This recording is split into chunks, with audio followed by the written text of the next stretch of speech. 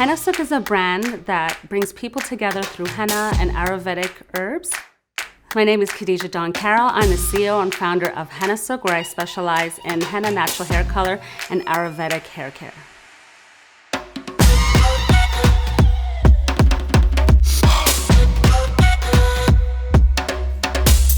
There isn't always a product that will be an all-in-one that will be always your go-to.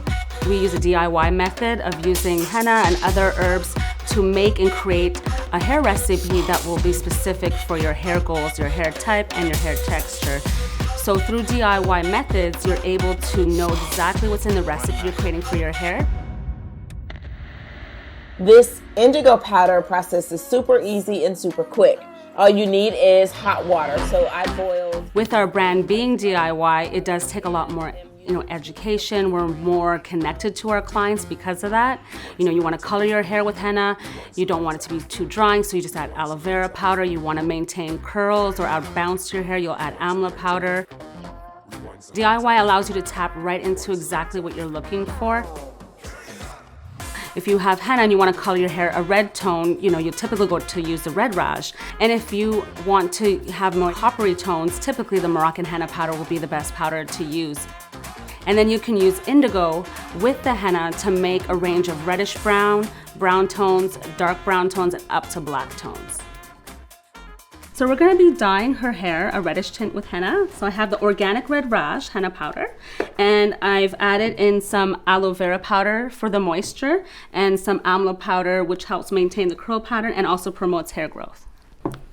The right texture should be like that of thick full-fat yogurt or pancake batter, but I usually do have to feel it, especially for body art.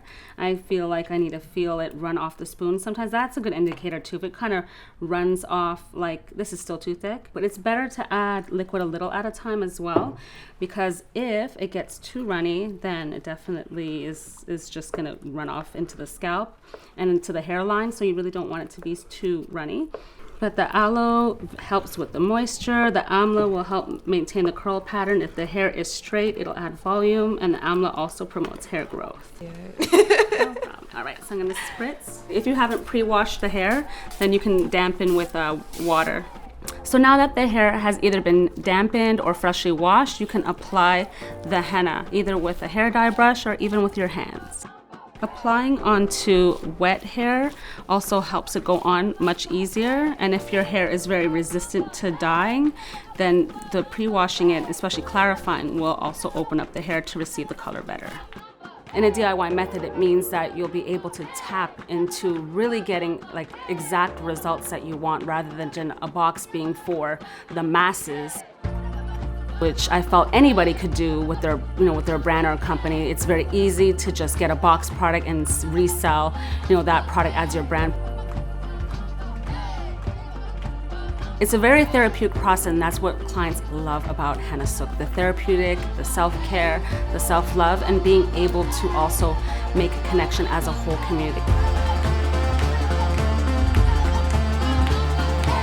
Henna is not just about the product, the plant, it's beyond that. It's more about self-care, self-love, and then mental health and wellness.